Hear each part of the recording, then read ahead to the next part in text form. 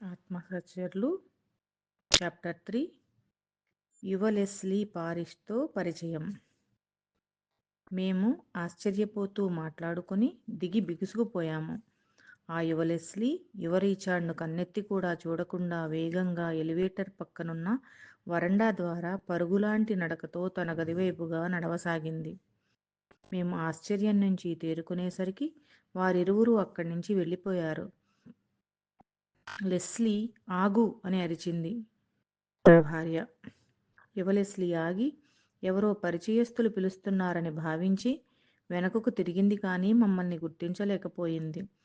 బహుశా అక్కడ మసక చీకటి ఉండటం వల్ల ఆమె మమ్మల్ని గుర్తించలేకపోయి ఉండవచ్చు. లెస్లీ అంటూ తన వైపుగా నడిచి వెళ్ళింది నా భార్య. యువ రిచార్డ్ మమ్మల్ని దాటి ముందుకు నడిచి వెళ్ళాడు. అక్కడేం జరుగుతున్నదో అర్థం కాకున్నా ప్రస్తుతం మేము మా భూతకాల పాత్రలను వెంబడిస్తున్నాము. ఆ యువతీ యువకులు ఎడమొహం పెడమొహంగా ఉన్నా ఆ తర్వాత ఆజన్మాంతం కలిసి ఉండటమే వారి జీవిత గమ్యం అని మాకు తెలుసు. లెస్లీ తన భూతకాల పాత్రను కలిసే ప్రయత్నంలో ఉండగా నేను నా భూతకాల పాత్ర వెంటపడ్డా. ఎక్స్క్యూజ్ మీ రిచార్డ్, వెనక నుంచి అరిచాను. వెంటనే వెనుదిరిగాడు ఆ యువకుడు. నేను మీకు పరిచయం చేసుకునే అవసరం ఉందా అడిగాను. అతను నా వైపు నిశితంగా పరిశీలించి ఆశ్చర్యంతో కళ్ళింత చేసుకొని ఆ అన్నాడు. చూడు, అసలేం జరిగిందో మాకే బోధపడటం లేదు. మేము విమానంలో ప్రయాణిస్తుండగా ఏదో జరిగింది. ఆ వెంటనే ఇదిగో ఇక్కడున్నాము. నీవు నీవు నాలాగే ఉన్నావే, నీవెవరు? ఆశ్చర్యంతో అతని మాట తడబడింది. ఇది అతనికి ఆశ్చర్యాన్ని కలిగించి ఉండవచ్చుగాక, కానీ తాను పరాయివాని వలె ప్రవర్తించేసరికి నాకు రేగిపోయింది. మేము ఒకరికొకరు భిన్నం కాదు కదా, అయినా నా రూపం నన్నే గుర్తుపట్టలేకపోవటమా? ఇంత స్పష్టమైన సత్యాన్ని నమ్మడానికి అతని మనస్సు అంగీకరించడం లేదా? అవును, నీవు నేను ఒకటే. నీవే రాబోయే కాలంలో నేనుగా పరిణితి చెందుతాను. ఆశ్చర్యం కాస్త అనుమానంగా మారింది కాబోలు. కళ్ళు చిట్లించి, అలాగా, మరి మా అమ్మ నన్ను ఏ ముద్దు పేరుతో పిలిచేది అని ప్రశ్నించాడు. నేను తలాడించి సమాధానమిచ్చాను. మరి నా చిన్నప్పటి పెంపుడు కుక్క పేరేంటి? ఇది ఇష్టంగా దేన్ని తినేది? రిచర్డ్, అది ఆడకుక్క మౌన. దానికి జాంపండ్లంటే చాలా ఇష్టం. అంతేకాదు, నీవే స్వంతగా ఒక న్యూటన్ టెలిస్కోప్ను తయారు చేసుకుని నీ గది కిటికీలోంచి రాత్రిళ్ళు చందమామను చూసేవాడివి. నేనేదో ఇంద్రజాలికుడునన్నట్లు నా వైపు చూస్తూ, అరే, నా గురించి చాలా విషయాలే చెబుతున్నారే అన్నాడు. అబ్బాయ్, నువ్వు వేసే ప్రతి ప్రశ్నకు నా దగ్గర సమాధానాలున్నాయి. అంతేకాదు, నీ వద్ద ఉన్న ప్రశ్నల కంటే నా వద్ద 16 సంవత్సరాల సమాధానాలు ఎక్కువున్నాయి. మనం ఇలా వరండాలో నిలబడి సంభాషిస్తూ కాలాన్ని వృధా చేయడం నీకిష్టమేనా? నీకు తెలుసా, ఇందాక ఎలివేటర్లో నీవు అమ్మాయిని కలిశావు. ఆ అమ్మాయే నీ జీవితంలో అత్యంత ముఖ్యమైన వ్యక్తి. కానీ ప్రస్తుతం అవేవీ నీకు తెలియవుగా? ప్రశ్నించాను. అతను హాలు వైపు కలియ చూస్తూ, ఇందాక కనిపించిన అందమైన యువత, ఆమె ఎలా నాకు ముఖ్యమైన వ్యక్తి అవుతుంది అని ప్రశ్నించాడు. నాకదంతా తెలియదు, కానీ ఆ అమ్మాయి నీకు ఆకర్షితమవుతుంది. నా మాట నమ్ము అన్నాను. సరే, నమ్ముతాను అంటూ గది తాళం తీస్తూ లోనికి రండి అని అన్నాడు. అతను తలుపు తెరిచేలోపు అది కార్మెల్ పట్టణంలోని హాలిడే ఇన్ హోటల్లోని 3వ అంతస్తని నాకు అర్థమైంది. 1972 అక్టోబరు నెలలో నేను ఆ గదిలో అద్దెకుండేవాణ్ణి. సీగల్పై సినిమా చిత్రీకరించడానికి మేము ఇక్కడికి వచ్చాము. ఇప్పుడు ఆ గదిలో షూటింగ్ కోసం సిద్ధం చేసుకున్న రేడియో కంట్రోల్డ్ సీగల్ బొమ్మలు చెల్లాచెదురుగా పడి ఉంటాయని నాకు తెలుసు. చూడు, నీవు ఈ గదిని కాస్త సర్దితే నే వెళ్ళి లెస్లీని తీసుకొస్తాను, సరేనా? లెస్లీనా? అవును, ప్రస్తుతం ఇక్కడ 2 లెస్లీలు ఉన్నారు. ఒకరు నీవు పరిచయమైతే చక్కగా కబుర్లు చెప్పుకోవచ్చు కదా అని ఎదురు చూసే అమ్మాయి, అదే ఇందాక ఎలివేటర్లో నీతో పాటు వచ్చిన అమ్మాయి. ఇక నీవు హతాశుడు అయ్యే విషయం, 2వ లెస్లీ నా భార్య. ఎలివేటర్లో నీతో పాటు వచ్చిన అమ్మాయే ఆ తరువాత నా భార్య అయ్యింది. నేను దీన్ని నమ్మలేకపోతున్నాను. ముందు ఈ గది సంగతి చూడు. నేను వెంటనే వారిని ఇక్కడికి తీసుకుని వస్తాను అంటూ బయలుదేరాను. వరండాలో కొంత దూరంలో లెస్లీని తన య యువరూపంతో మాట్లాడుతుంది. నేను ఆమె వైపు అడుగులు వేస్తున్నంతలోనే అకస్మాత్తుగా పక్కనున్న గది నుంచి ఒక పనిమనిషి గుడ్డలను తీసుకువెళ్ళే 4 చక్రాల బండిని ఎలివేటర్ వైపు తోసుకుంటూ వెళ్తోంది. అడ్డుగా ఉన్న నా భార్యను గమనించకుండానే బండిని ఆమె వైపుకు బలంగా తోసుకువెళ్తోంది. ఓయ్! జాగ్రత్త! కాస్త చూసుకుని వెళ్ళు వెనక నుంచి అరిశాను. కానీ అప్పటికే ఆలస్యమైంది. లెస్లీ నా అరుపు విని వెనక్కు తిరిగింది కానీ అంతలోనే బండి ఆమెను తాకి గాలిలోంచి వెళ్ళినట్లుగా తనలోంచి వెళ్ళిపోయింది. ఆ తర్వాత పనిమనిషి కూడా తనలోంచి వెళుతూ యువ లెస్లీకి చిరునవ్వుతో హల్లో చెప్పింది. యువ లెస్లీ కూడా చేయి ఊపుతూ ఆమెను పలకరించింది. నేను పరుగున లెస్లీ పక్కకు చేరి నీకేం కాలేదుగా అని అడిగాను. ఫర్వాలేదు, ఏమీ కాలేదు భయపడినట్టుంది తను. అంతలోనే తేరుకుని రిచర్డ్, నీకు లెస్లీ పారిష్ను పరిచయం చేస్తాను అంటూ లెస్లీ, ఈయన నా భర్త రిచర్డ్ బాక్ అంది. నేను ఆ అమ్మాయి వైపు తిరిగి చూసి నవ్వుతూ మీరు నన్ను చూడగలుగుతున్నారా అని ప్రశ్నించాను. దానికి తాను కళ్ళింత చేసుకుని చక్కగా కనబడుతున్నారు అంది నవ్వుతూ. ఆ అమ్మాయి ఎటువంటి బెరుకు లేకుండా గలగలా మాట్లాడుతోంది. తాను దీన్నంతా ఓ స్వప్నంలా భావించి ఆనందిస్తున్నట్లుగా ఉంది. తోపుడు బండి దృశ్యం చూసిన తర్వాత మేము ఈ ప్రపంచానికి చెందిన వారిలాగా అనిపించడం లేదు. అందుకే నన్ను చూడగలుగుతున్నావా అని అడిగాను అంటూ గోడవైపు నడిచి నా చేయి అందులోంచి వెళుతుందో లేదో అని పరీక్షించాను. నా చేయి మణికట్టుదాకా సులభంగా గోడలోనికి చొచ్చుకుని పోయింది.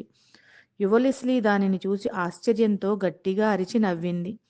మేము ఇక్కడ దయ్యాల్లాంటి వారమనుకుంటా, కాబట్టే మేము హోటల్ గోడలోంచి దూసుకొచ్చినప్పటికీ మేము చనిపోలేదు అన్నాను. ఒక అత్యాశ్చర్యమైన స్థితికి మేమెంత త్వరగా అలవాటు పడ్డామో. అకస్మాత్తుగా నీళ్లలో పడినప్పుడు మనకు ఇష్టం ఉన్నా లేకున్నా క్షణంలో అక్కడి పరిస్థితులకు అనుకూలంగా మారతాం. ఇక్కడ అలాగే మేమిద్దరం మా గతకాలంలోకి వెళ్ళినప్పుడు మరేదో జరిగిందని ఉలిక్కిపడ్డాం. ఇప్పుడు ఈ కొత్త స్థితి మాకు పూర్తిగా అనుభవంలోకి వచ్చింది. ఇక ఇక్కడ మేము చేయవలసిన మంచి పని ఏమిటంటే ఈ యువతీ యువకులను సాధ్యమైనంత త్వరగా కలపటం. తద్వారా మేమిద్దరము ఆత్మ సహచరులమని తెలుసుకోవడానికి ముందు మేము నష్టపోయిన విలువైన సమయాన్ని వీరు నష్టపోరు. నేను యువ లెస్లీతో మాట్లాడుతూ ఉంటే అదే మొదటి కలయికల అంతా కొత్తగా ఉంది. ఎంత విచిత్రం! తాను నా భార్య లెస్లీనే కానీ ప్రస్తుతం నాకు ఆ యువతితో ఎటువంటి గత చరిత్ర లేదు మరి. మనం ఇక్కడే ఇలా నిలబడి మాట్లాడటం కంటే రిచార్డ్ గదికి వెళ్తే బావుంటుందేమో. ఆ అబ్బాయి మనల్ని ఆహ్వానిస్తున్నాడు చెప్పాను. యువలెస్లీ అక్కడున్న అద్దంలో తనను తాను చూసుకుంటూ నేనిప్పుడు ఎవ్వరినీ కలవాలనుకోవడం లేదు. చూడండి నా మొహం ఎలా ఉందో అంటూ తన ముంగురులను సవరించుకుంది. నేను నా భార్య వైపు చూసి భళ్ళున నవ్వి గుడ్, ఈ అమ్మాయి లెస్లీనే. ఎందుకంటే తాను ఎప్పుడైనా అద్దం ముందుకు నిలబడి తాను ఇవాళ బాగున్నాను అంటే ఆమె నిజమైన లెస్లీ పారిషే కాదు అన్నాను. మేమందరం రిచార్డ్ గది వద్దకు వెళ్ళి తలుపును చేత్తో తట్టితే నా చేతివేళ్లు నిశ్శబ్దంగా తలుపులోనికి చొచ్చుకుని పోయాయి. నీవు తలుపు తడితే బావుంటుంది అన్నాను యువలెస్లీతో. ఆమె తలుపును తడితే శబ్దమే కాదు సంగీతం పలికినట్లయింది. వెంటనే తలుపులు తెరుచుకున్నాయి. ఎదురుగా కొయ్యతో చేసిన సీగల్ రెక్కను పట్టుకుని నిలబడి ఉన్నాడు రిచర్డ్. రిచర్డ్, నీకు లెస్లీ పారిష్ను, అదే భవిష్యత్తులో నీకు కాబోయే భార్యను పరిచయం చేస్తాం. లెస్లీ, ఇతను రిచర్డ్ బాక్, నీకు కాబోయే భర్త అన్నాను. రిచర్డ్ సీగల్ బొమ్మను గోడకు ఆనించి తనతో మర్యాదపూర్వకంగా కరచాలనం చేశాడు. ఆ అమ్మాయిని చూడగానే ఏదో తెలియని ఆతురత, బెదురు కలబోసినట్లుగా అతని ముఖకవళికలు మారాయి. ఆ రిచర్డ్, ఈమె నా భార్య లెస్లీ పారిష్ బాక్ అంటూ నా భార్యను పరిచయం చేశాను. హల్లో అన్నాడు యువ రిచర్డ్. ఇద్దరు లెస్లీలను నన్ను మార్చి మార్చి చూస్తూ మేమేదో ఇంద్రజాలం చేస్తున్నట్లుగా భావించి చాలాసేపు మౌనంగా ఉండిపోయాడు. కాసేపటికి ఈ గదంతా చిందరవందరగా ఉంది, ఇలా వచ్చి కూర్చోండి అన్నాడు. అతను ఏదీ దాచట్లేదు, గదిని కూడా సర్దినట్టు లేదు. ఎక్కడ చూసినా కొయ్యి బొమ్మలు, సీగల్ బొమ్మలు, రేడియో కంట్రోల్ పరికరాలు, బ్యాటరీలు, వైర్లు అంతా గజిబిజిగా ఉంది. మా ఎదురుగా ఉన్న కాఫీ టేబుల్పై మొక్కజొన్న చిప్స్ ప్యాకెట్లు, బఠానీ గింజల ప్యాకెట్లు పెట్టాడు. గోడల్లోకి చేతులు దూ దూసుకుపోతుంటే ఇక చిప్స్ తినే భాగ్యం ఎక్కడిది అని అనుకున్నాను. కుర్ర రిచర్డ్ ప్రారంభించాడు. మిస్ పారిస్, మీ మనసులో ఎటువంటి అపార్థాలకు తావు లేకుండా నా గురించి చెబుతాను. నాకిదివరకే వివాహం జరిగింది. ఇక రెండవ వివాహం అనేది అసంభవం. అసలు ఈ వచ్చిన వారెవరో నాకేమీ అర్థం కావడం లేదు. కానీ ఒకటి మాత్రం నిజం. మీకు దగ్గరవ్వాలన్న కోరిక మాత్రం నాకు ఏ కోశానా లేదు. ఓరిదేవుడా! వివాహ వ్యతిరేక ఉపన్యాసం మొదలుపెట్టాడేంటి? గది కప్పు వైపు చూస్తూ మెల్లగా గొణుగింది మా ఆవిడ. ష్! గట్టిగా అనొద్దు. అతను మంచివాడే, కాకపోతే కాస్త భయపడుతున్నాడంతే. ఆమె చెవిలో గుసగుసలాడాను. అసలు మేము ఇక్కడికి ఎలా వచ్చామో నాకు కానీ నా భర్తకు కానీ తెలియదు. మేమెంతకాలం ఇక్కడ ఉంటామో, మేము ఇంకెక్కడికి వెళతామో కూడా తెలియదు. మాకు తెలిసిందంతా మీరు, మీ భవిష్యత్తు మాత్రమే. కనీసం 16 సంవత్సరాల మీ భవిష్యత్ మాకు తెలుసు, చెప్పింది నా భార్య. మీరిద్దరూ ప్రేమించుకోబోతున్నారు. నిజానికి మీరు ఇప్పటికే ప్రేమలో పడ్డారు. కాకపోతే పరస్పరం ఎవరిచే ప్రేమించబడాలో మీకు తెలియదు. కాబట్టి మీ ఈ ప్రేమ విషయం మీకు తెలియడం లేదు అన్నాను. యువలెస్లీ చిరునవ్వును దాచుకుంటూ పరుపుకు ఆనుకుని కింద నేలపై కూర్చుని ఉంది. తాను కాళ్ళు మడిచి గడ్డాన్ని మోకాళ్లపై ఉంచి, ఈ ప్రేమ వ్యవహారం మాకిప్పుడు అవసరమా? మా విధిని ఏమాత్రమూ మార్చలేమా అంది. మంచి ప్రశ్న. మాకు గుర్తున్నంత వరకు మా గతానుభవాలను మీతో చెప్పనివ్వండి. ఆ తరువాత మీకు ఏది నచ్చితే అది చేయండి అంది నా భార్య. గతాను గతానుభవ జ్ఞాపకాలంటే నాకీ స్థలమైతే గుర్తుంది. ఎలివేటర్లో తిరిగేటప్పుడు లెస్లీని చూచేవాడిని కానీ తన గురించి తెలుసుకోవాలని నేనేమీ సంవత్సరాల తరబడి ప్రయత్నించలేదు. నాకు తెలిసి నా భవిష్యత్ రిచార్డ్‌తో గానీ, భవిష్యత్ లెస్లీతో కానీ ఇలా నా గదిలో సమావేశం ఒకటి జరిగినట్లు, వారు నా గదిని శుభ్రం చేయమని చెప్పినట్లుగా గానీ నాకేవీ గుర్తులేవే. మేము కలిసిన మొదట్లో ఒకరినొకరు తెలుసుకోవాలని ఉవ్విళ్ళూరేవాళ్ళం కానీ అన్నీ అడ్డంకులే. అందరూ ఏవో ఆటంకాలు కల్పించిన వారే.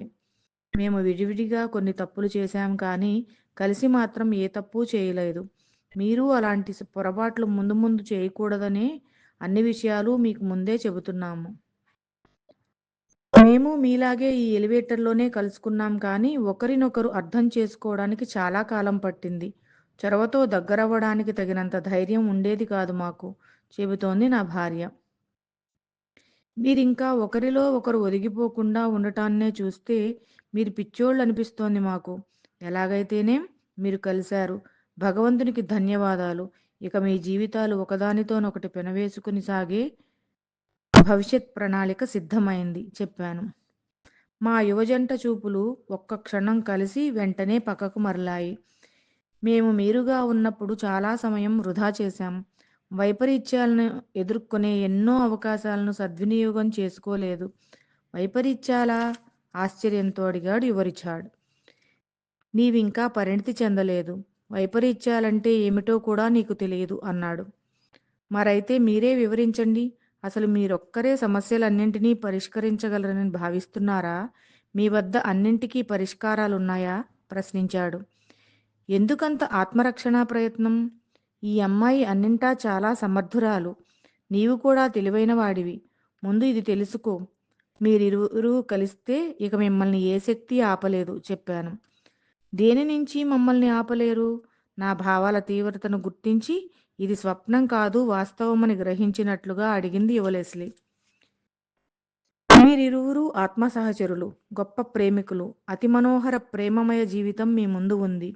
అటువంటి గొప్ప జీవితాన్ని ఊహించటమే ఒక అద్భుతం. మీరిరువురూ కలిస్తే ఇక విడిగా ఉండటం అన్న ఊహను కూడా భరించలేరు, అంది నా భార్య. మేమిచ్చే గొప్ప బహుమతిని మీరెందుకు నిరాకరిస్తున్నారు? ఎంతమందికి ఇలా భవిష్యత్ పాత్రలతో మాట్లాడే అవకాశం వస్తుంది? ఎందరికీ ఇలా వారు చేయబోయే ప్రతి తప్పు ముందుగానే తెలిసిపోతుంది? అందరూ కోరుకునేదే కానీ ఎవ్వరికీ సాధ్యం కాని ఇలాంటి అవకాశం వీరికి లభిస్తే ఎందుకు నిరాకరిస్తున్నారు? నా భార్య యువలెస్లీ పక్కన నేలపై కూర్చుని మాట్లాడుతూ ఉంటే వీరిరువురూ కవలలా అనిపిస్తోంది. గదిలో మేము తప్ప ఎవ్వరూ లేని ఈ ఏకాంతంలో మీకు కొన్ని విషయాలు చెప్పాలి. మీలో కొన్ని లోపాలుండవచ్చు. కానీ మీరిద్దరూ అసాధారణమైన వ్యక్తిత్వం కలవారు. కొన్ని మార్లు కఠినమనిపించినా లేదా ఇతరులు మిమ్మల్ని వింతపోకడగల వ్యక్తులన్నా మీ అంతరప్రజ్ఞకు, మీలోని నైతికత్వానికి కట్టుబడి ఉన్నారు. మీలోని ఈ ప్రత్యేకతే మమ్మల్ని ఇతరుల నుంచి ఒంటరివారిని చేస్తుంది. కానీ ఇదే మీ ఇద్దరిని లోపరహితమైన సంపూర్ణమైన వ్యక్తులుగా కలిపేది. ఆమె చెప్పేది వారిరువురూ శ్రద్ధగా వింటున్నారు. ఇప్పుడు చెప్పండి, ఆమె మాటలు సత్యం కావని, ఇదంతా వ్యర్థమైనది అని అనుకుంటే ఇక దీన్ని మీరు వదిలివేయవచ్చు. ప్రస్తుతం మేమే ఓ సమస్యలో చిక్కుకున్నాము. దాని గురించి మేము ఆలోచించుకోవాలి మరి అన్నాను. లేదు లేదు, ఇద్దరూ కలిసి అంటూ, మీరు చెప్పిన దాన్ని బట్టి మాకొక విషయం మాత్రం బాగా అర్థమైంది. ఎన్ని ఉత్పాతాలు సంభవించినా మేము మాత్రం కనీసం ఇంకో 16 సంవత్సరాలు జీవించటం మాత్రం ఖాయం అన్నారు. మరి అప్పుడు జీవించి ఉండేది మేమా లేక మీరా ప్రశ్నించింది యువలెస్లీ. జరగబోయేదంతా మాకు తెలుసనుకుంటున్నారా? లేదు, కనీసం మేము బ్రతికామా లేక చనిపోయామా కూడా మాకు తెలియదు. కానీ మీ భవిష్యత్తు నుంచి మా గతంలోకి రావడం అనేది మాత్రం అసాధ్యం కాదని మాకు తెలిసింది చెప్పాను. మీ నుంచి కూడా మేము కొంత ఆశిస్తున్నాము చెప్పింది నా భార్య. దానికి ఆ యువతి తలపైకెత్తి అందమైన కళ్ళు విప్పారంగా ఏమిటది అని ప్రశ్నించింది. కాలక్రమంలో వేరే మేము అవుతాము. మీరు చేసే తప్పులకు మేము శిక్ష అనుభవించవలసిన వాళ్ళం. మీ కష్టాల ఫలాల లాభాలను అందుకునేది మేమే. మీరు విజ్ఞతతో చేసే ప్రతి ఎన్నికకు గర్వించేది మేమే. మీ అనాలోచిత చర్యలకు బాధపడేది మేమే. మీ ఇద్దరి వెనుక దాగి ఉన్న ప్రగాఢమైన స్నేహితులం మేము. ఏమి జరిగినా మమ్మల్ని మరువకండి. దయచేసి మమ్మల్ని విడదీయకండి. మేము నేర్చుకున్నది ఏమిటంటే, స్వల్పకాలిక సౌఖ్యాల కోసం దీర్ఘకాలిక సమస్యలతో ఘర్షణ అనేది కాదు మనం ఎదురు చూడవలసింది. సులభంగా కనిపించే ఏ దారి కూడా సులభం కాదు అంటూ నా యువరూపం వైపు తిరిగి, తప్పుదోవ పట్టకుండా మనం మనల్ని ఎలా కాపాడుకోగలం అని ప్రశ్నించాను. దానికి, ఇదివరకే నేను 1, 2 అడ్డదారులు తొక్కిన భావన నాలో ఉంది అన్నాడు యువరిచాడ్. ఇలాంటిదేదో చెబుతావనే అనుకున్నాను. తప్పుదోవలు కూడా సరియైన త్రోవల వలె మనకు ముఖ్యమే. కొన్ని మార్లు వాటికి మరింత ప్రాముఖ్యత ఉంది కూడా అన్నాను. తప్పుడు దోవలు సౌఖ్యమైనవిగా ఉండవు కదా? మళ్ళీ ప్రశ్నించాడు. అవును, అయినా అకస్మాత్తుగా నా మాటలకు అడ్డొస్తూ, మీరు తప్ప మాకు వేరే భవిష్యత్తే లేదా? అడిగింది యువలెస్లీ. ఆ అమ్మాయి అలా సూటిగా అడిగేసరికి ఏదో తెలియని భయం నన్ను ఒక్కసారిగా ఆవరించింది. మాకు మీరు తప్ప వేరే గతం లేదా? ప్రశ్నించింది నా భార్య. లేదనుకుంటాను సమాధానమిచ్చాడు యువరిచాడ్. ఉంది, అతని వైపు తీక్షణంగా చూస్తూ అన్నాను. అవును ఉంది. అందుకే మా గతంలో ఇలా మా భవిష్యత్ రూపాలు కార్మెల్ పట్టణంలోని హాలిడే ఇన్ హోటల్లో మా గదికి వచ్చి మాకు సలహాలు ఇచ్చిన సంఘటనలేవీ వాస్తవంగా మా జీవితంలో జరగలేదు. ఇవన్నీ మీకు సంభవిస్తున్నాయే తప్ప మాకు సంభవించలేదు. కాబట్టి మీరు కాకుండా మాకు అనేక ఇతర గతాలు ఉండి ఉంటాయని నేను ఘంటాపథంగా చెప్పగలను. నాలో అణిగి ఉన్న భావాలు మాటలుగా రూపాంతరం చెందగానే లేజర్ విస్ఫోటనం జరిగి గదిలోని వారందరి దేహాల్లోంచి దూసుకెళ్ళినట్లయింది. మేమిక్కడికి ఎందుకొచ్చాము? మాకు తెలిసిందేదో వీరికి చెప్పటానికి. కానీ వీరు నిజంగా మా గతకాల రూపాలేనా? వారి జీవనయానమేనా చేరి గమ్యం ఇవ్వాల్టి మేముగా మారేది? మేము వారి క్షేమం గురించి ఆలోచించాము. వారికి దీర్ఘాయువు ఉందని భరోసా ఇచ్చాము. కానీ మేము వారి కోసం వేచి ఉన్న భవిష్యత్ రూపాలం కాదా? వారికి వేరొక అవకాశం అంటూ ఉంటుందా? వారి జీవితం మాలాగా కాకుండా ఇంకో విధంగా మలుపు తిరుగుతుందా? మేము మీ భవిష్య రూపాలమో కాదో అంతా మీకు అనవసరం. కానీ మీ ప్రేమ వ్యవహారంలో మాత్రం వెనకడుగు వేయకండి అని నా భార్య వాక్యం పూర్తి చేయకనే ఉలిక్కిపడి నా వైపు చూసింది. గదిగోడల్లో కంపనాలు మొదలైనట్లు మెల్లగా ఉరుముల వలె శబ్దం చేస్తూ ఊగసాగాయి. భూకంపమా? అడిగాను. అలాంటిదేమీ లేదే, అంతా సవ్యంగానే ఉంది కదా చెప్పింది యువలెస్లీ. అవును, ఏమీ జరగట్లేదుగా సమాధానమిచ్చాడు యువరిచాడ్. మాకు మాత్రం గదిలో క్షణక్షణానికి కంపనాలు తీవ్రమవుతున్నట్లుగా అనిపిస్తోంది. నా భార్య భయపడుతూ లేచి నిలబడింది. నేనామె చేతిని అందుకుంటూ, సశరీరులైన ఈ ఇరువురికి ఇక్కడ ఏ భూకంపమూ వచ్చినట్లుగా లేదు. ఇక ఛాయారూపమైన మనకు ఏం జరుగుతుంది అన్నాను. మరి కాసేపటికి ఆ ప్రదేశం అంతా తీవ్రంగా ప్రకంపిస్తూ లేత నీలిరంగులోకి మారసాగింది. క్రమంగా గోడలు కనుమరుగయ్యాయి. శబ్ద తీవ్రత మరింత పెరిగింది. మాకేం జరుగుతుందోనని మా యువరూపాలు కళ్ళింత చేసుకుని ఆశ్చర్యంతో చూస్తున్నారు. ఇప్పుడు స్పర్శానుభవం కలుగుతోంది. కేవలం పక్కనున్న నా భార్య చేయ మాత్రమే. ఇద్దరూ కలిసి హాయిగా జీవించండి, గట్టిగా అరిచింది నా భార్య చివరిగా. విమాన శబ్దం గింగిర్లు తిరుగుతుండగా మరుక్షణం హోటల్ గది కనుమరుగైపోయింది. మా ఫ్లయింగ్ బోట్ నీటిపై వేగాన్ని క్రమంగా అందుకుంటూ గాలిలోకి ఎగరడానికి సిద్ధమైంది. విమానం క్యాబిన్లో అన్ని పరికరాలు సరిగా పనిచేస్తున్నట్లుగా లైట్లు వెలుగుతున్నాయి. లెస్లీ ఉపశమనం పొందిన దానిలా సంతోషంతో కేరింతలు కొడుతూ విమానం కిటికీని చేతితో తడుతూ, గ్రౌలీ, నిన్ను మళ్ళీ చూడటం చాలా ఆనందంగా ఉంది అంది.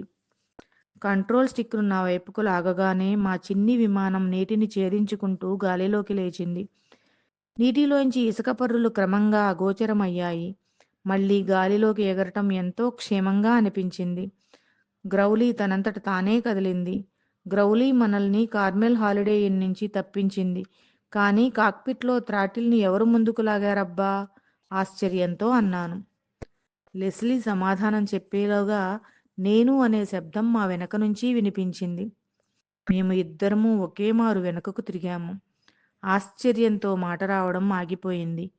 300 అడుగుల ఎత్తులో గాలిలో ప్రయాణిస్తున్న మాకు విమానం వెనక సీట్లో మరో ప్రయాణికురాలు కనిపించింది.